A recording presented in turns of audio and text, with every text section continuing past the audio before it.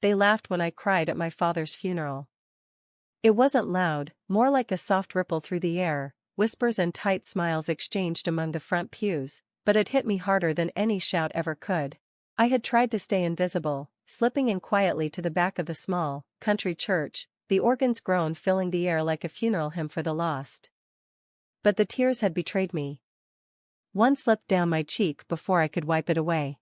And that's when I heard it, the muffled snicker from the front row, where Sarah sat, as flawless as always in her polished black dress. She leaned toward Thomas, whispering something in his ear. I couldn't hear the words, but I didn't need to. The grin on his face, wide, too wide, told me everything I needed to know. Even Aunt Mara, who had been dabbing her eyes with exaggerated solemnity just moments before, let out a soft chuckle and shook her head in disbelief. I stayed rooted by the door, the old wooden floor cold beneath my heels, feeling the weight of 100 eyes skimming over me, only to quickly avert their gaze as if my grief was something unworthy of acknowledgement, something out of place in the tidy performance they had so carefully staged. The air was thick with the sickly sweet scent of lilies, choking and oppressive, and the stained glass windows bathed everything in fractured hues, casting eerie colors across the polished caskets and floral tributes, making the whole scene feel unreal, distant, as though I had wandered into a play I didn't belong in. I pressed my hand to my stomach, trying to steady my breath, trying to remain still. If I turned around now, if I fled, as they clearly wanted me to, I would let them win. I couldn't let them win. It hadn't started today. No, the erasure had been subtle, slow, like the fading of a picture left too long in the sun. One Christmas, there was no stocking for me above the mantel, just an awkward excuse from Sarah about keeping things simple this year. The next Easter, I wasn't even told there was a family brunch until I saw the photos online. They were all smiling, gathered around a table I had set 1,000 times before. When Dad's illness started, they sent a group email about the hospital shifts. But somehow, I was always the last to know, always updated after the fact. It's easier, they said. Easier if Sarah handled everything. Easier if Thomas took care of the finances. Easier if I just stayed away. At first, I fought it, called, texted, offered to fly in, to help. But each message went unanswered, or replied to just a little too late. Every conversation ended with that polite finality, that unspoken message, you aren't needed here. Eventually, even my stubborn hope began to wither. By the time Thanksgiving came, and I didn't even get a call, or a forwarded picture of Dad carving the turkey, I understood. They had already written me out of the story. I was a loose thread they'd trimmed away to keep their perfect tapestry intact. And still, standing there in that suffocating church, watching the same people who had once been my family wipe away their crocodile tears, I wanted so badly to believe that, somehow, Dad had remembered me, that he hadn't let them erase me completely. That tiny, foolish hope still clung to my heart, even as it burned quietly to ashes inside my chest. The service ended with the final hymn, a slow, half-hearted rendition of Amazing Grace that barely stirred the dust in the air, the motes floating lazily in the shafts of colored light. People rose, huddled in stiff clusters, murmuring polite condolences as they moved toward their cars and real lives. I stayed behind, pretending to study the stained glass, listening to the tap of heels against the tile, the low hum of engines starting outside. When the last of the mourners had gone, I slipped down the narrow hallway toward the small office where Dad had met with the minister in his final weeks. A strange impulse, perhaps, but grief has a way of making us do things we can't quite explain. The office smelled of old paper and lemon polish, and tucked behind the modest desk was a battered oak filing cabinet, one I knew well. Dad's cabinet. The same one he'd kept at home until Sarah had insisted he declutter and modernize. I pulled open the drawer and ran my fingers across the neatly labeled folders, finances, medical records, church newsletters, until something at the back caught my eye. A plain manila envelope, creased at the edges, with my name written in Dad's unmistakable, careful handwriting. I hesitated for only a moment before pulling it out, the paper feeling strangely warm against my skin. I opened the flap and slid out a single folded sheet. My hand shook as I unfolded it and read. If you're reading this, it means I didn't get to say goodbye properly. I know it's been hard. I know they made it harder. But you were never forgotten. You were never anything but enough. The truth will find you, kiddo. I made sure of it. I sank into the cracked leather chair, the letter trembling in my hands, as the weight of it all settled over me. It wasn't just my imagination, it wasn't bad luck, miscommunication, or timing. They had pushed me out, they had lied, to him, to me, to everyone, and now, they were gathered, smiling over cold casseroles and half-hearted condolences, thinking they had the last word. But they didn't, not yet. They hadn't erased me because they stopped loving me, they erased me because I was inconvenient, because I stood in their way. I could see it more clearly now, the picture coming into focus, the whispers that began the year Dad's health started to fail, the urgent family meetings I was never invited to, the sudden renovations to Dad's house, all under the pretense of making it more marketable someday. The casual comments from Sarah, suggesting it might be better for Dad to sell and downsize, how Thomas, ever the smooth talker, floated the idea of unlocking equity to make Dad more comfortable, while quietly lining up appraisers and loan officers behind the scenes. The house wasn't just a home anymore, it was a cash prize waiting to be claimed. Dad's modest savings, his pension, the insurance policies he'd dutifully paid into for years, they weren't inheritance anymore, they were an asset, one they didn't want to share, and I was the loose thread they couldn't quite erase from the paperwork but could easily erase from Dad's heart with enough stories. She's busy, she's moved on, she doesn't care. Maybe, in his weakest moments, Dad believed them, or maybe he was just too tired to fight back. Either way, I finally understood why Sarah had that smug smile at the funeral, why Thomas had looked so eager when the minister mentioned the reception at the family home. It wasn't grief they were feeling, it was anticipation. I folded the letter carefully, slid it back into the envelope, and tucked it inside my coat. They thought they had won. They thought they had buried me with him, but Dad had left me something else, something that wasn't measured in dollars or deeds. He had left me the truth. And soon, the world would learn it too.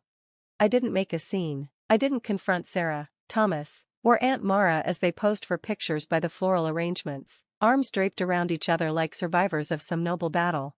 No, that was their language, noise, spectacle, performance. I spoke in quieter tones. The kind that take time to be heard, but when they land, they stick. Instead, I waited until the reception at the house. I moved through the familiar halls like a ghost, smiling when necessary, sipping flat ginger ale from a paper cup. As I watched them, circling like vultures, I noticed how Thomas nudged Sarah toward the fireplace, the one Dad and I had rebuilt when I was 14. I overheard Aunt Mara, not bothering to lower her voice, say, "Well, it's a good thing the house will be sold soon. Too much upkeep for just Sarah and Thomas to manage. Too much upkeep." As if memories could be swept away with a broom. When no one was looking, I slipped into Dad's old study, the desk, the worn leather chair, the shelves lined with books Dad had read so often their spines were cracked, and there, taped under the desk drawer just as Dad had promised, was a small key. Simple, unmarked, familiar. The safe deposit box at First National Bank, the one no one else even remembered existed. I closed my fingers around it, the cold metal biting into my skin. Dad hadn't just left me a letter, he had left me proof they couldn't erase, couldn't twist, couldn't spin into another sanitized family myth. I tucked the key deep into my coat pocket and slipped back into the hallway before anyone noticed I was gone. Sarah was laughing in the kitchen, a too loud, too fake sound, as Thomas balanced two paper plates piled high with catered finger foods. They didn't see me. They weren't looking. And that was their first mistake. The second mistake? They thought the story was over. The third? They'd learn soon enough. The memorial reception felt like a poorly rehearsed play. Sarah floated from group to group, clutching a wine glass she barely sipped, her voice perfectly quivering every time she mentioned Dad's final days and how she'd been there for him through everything. Thomas hovered nearby, adding casual remarks about how overwhelming it had been, how much work it would take to manage the estate. Each time he said the word estate, his voice grew louder, more self-important, as if he were already measuring the drapes for a life built on someone else's sacrifice. I leaned against the doorframe of the study, unnoticed, watching them spin their stories like spiders weaving webs over Dad's memory. They spoke of duty, of loyalty, of family.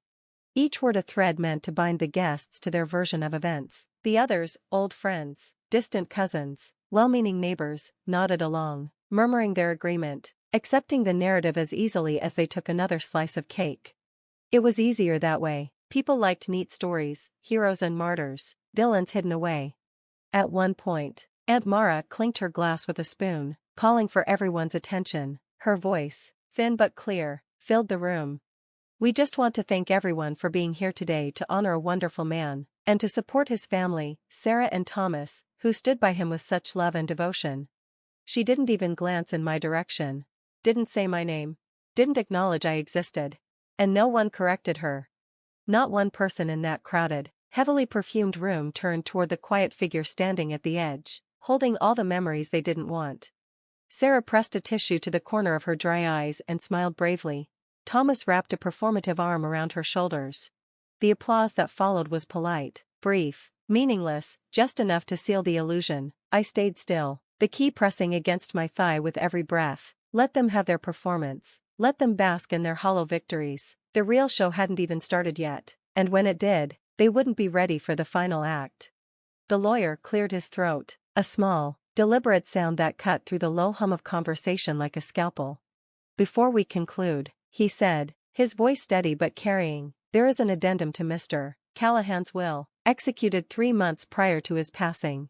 The room stiffened, polite smiles faltered. Thomas shifted his weight from one foot to the other, the paper plate in his hand sagging slightly. Sarah's fingers tightened around the stem of her wine glass, the brave widow facade slipping just a fraction, and that was my cue. I straightened from the doorframe where I had waited, unseen all afternoon. The old floorboards under my boots groaned softly, just once, as I stepped forward. Conversations died mid-sentence, heads turned, chairs creaked. I walked slowly, steadily, the key in my coat pocket bumping against my side with every measured step. A quiet drumbeat only I could hear. The scent of lilies from the floral arrangements thickened the air, sticky and oppressive. In that moment, it was as if the years of silence, the missed holidays, the empty chairs at family tables, all of it gathered around me, wrapped itself around my shoulders like a heavy, invisible mantle. But this time, I didn't flinch under the weight. I wore it like armor.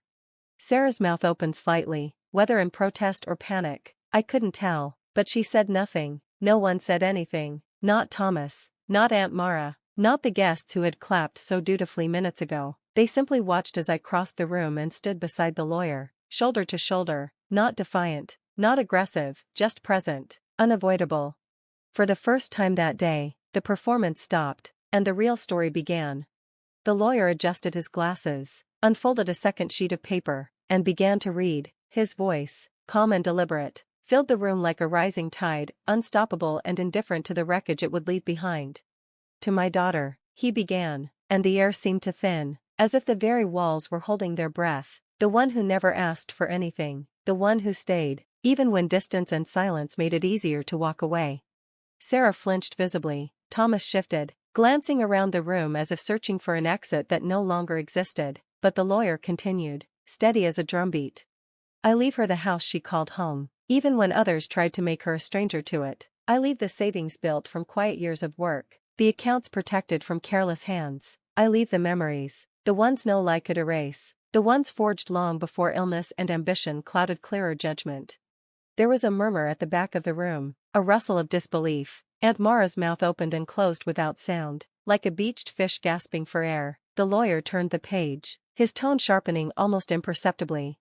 "To those who stood only in proximity, not in spirit, to those who measured love by convenience and loyalty by opportunity, I leave nothing, no apology, no explanations, just the clean, surgical severing of ties to disease to save. May you find in yourselves the lessons you failed to learn from me." The final words landed like stones dropped into a still pond, sending ripples through every corner of the house. I didn't smile, I didn't gloat, I simply stood, letting the truth settle into every uncomfortable silence, every averted gaze, every dry throat and flushed cheek. For once, I didn't have to defend myself. Dad had already done it, with clarity sharper than any accusation, and love stronger than any betrayal. The applause that had greeted Sarah's tearful speeches was gone now, replaced by a thick, stunned quiet, and in that quiet, I found something I hadn't dared hope for. Vindication, not in shouted victory, not in cruel revenge, but in the simple, irrefutable truth that had always been mine, waiting patiently for its moment. I didn't stay for the aftermath, didn't wait to hear the stammered excuses or frantic backpedaling. I simply nodded once to the lawyer, turned on my heel, and walked out the front door into the cool late afternoon air. The sky had shifted while we were inside, the heavy gray clouds breaking apart to let slivers of sunlight paint the lawn in golden shadow. The wind stirred the branches overhead, carrying the faint, clean scent of rain, and something older, something quieter. Forgiveness? No, not today, not ever. Some things weren't meant to be mended, some endings deserved their full weight. I paused at the edge of the driveway, feeling the worn concrete under my shoes, the crispness of the envelope still tucked safely in my coat. Behind me, the house buzzed with rising confusion, voices growing sharper, a door slamming somewhere inside. The illusion was crumbling, and I didn't have to lift a finger. Across the street, a little boy tossed a red ball into the air, laughing as it bounced wildly across the pavement. His mother called him back with a soft, tired smile. Life, messy, honest, real, moving on just as it always had, without permission, without apology. I let out a slow breath, feeling the last tight knot in my chest loosen, unspooling into something lighter, not joy exactly, not victory in the way the movies would show it, but peace, quiet, earned, and absolute. I turned away from the house, my house now, though it already felt like something smaller, something shed. I walked toward the horizon where the sun was breaking free. No applause, no cheers, only the steady beat of my own steps and the whisper of the world still turning, still waiting for whatever came next. And that, I thought, was enough.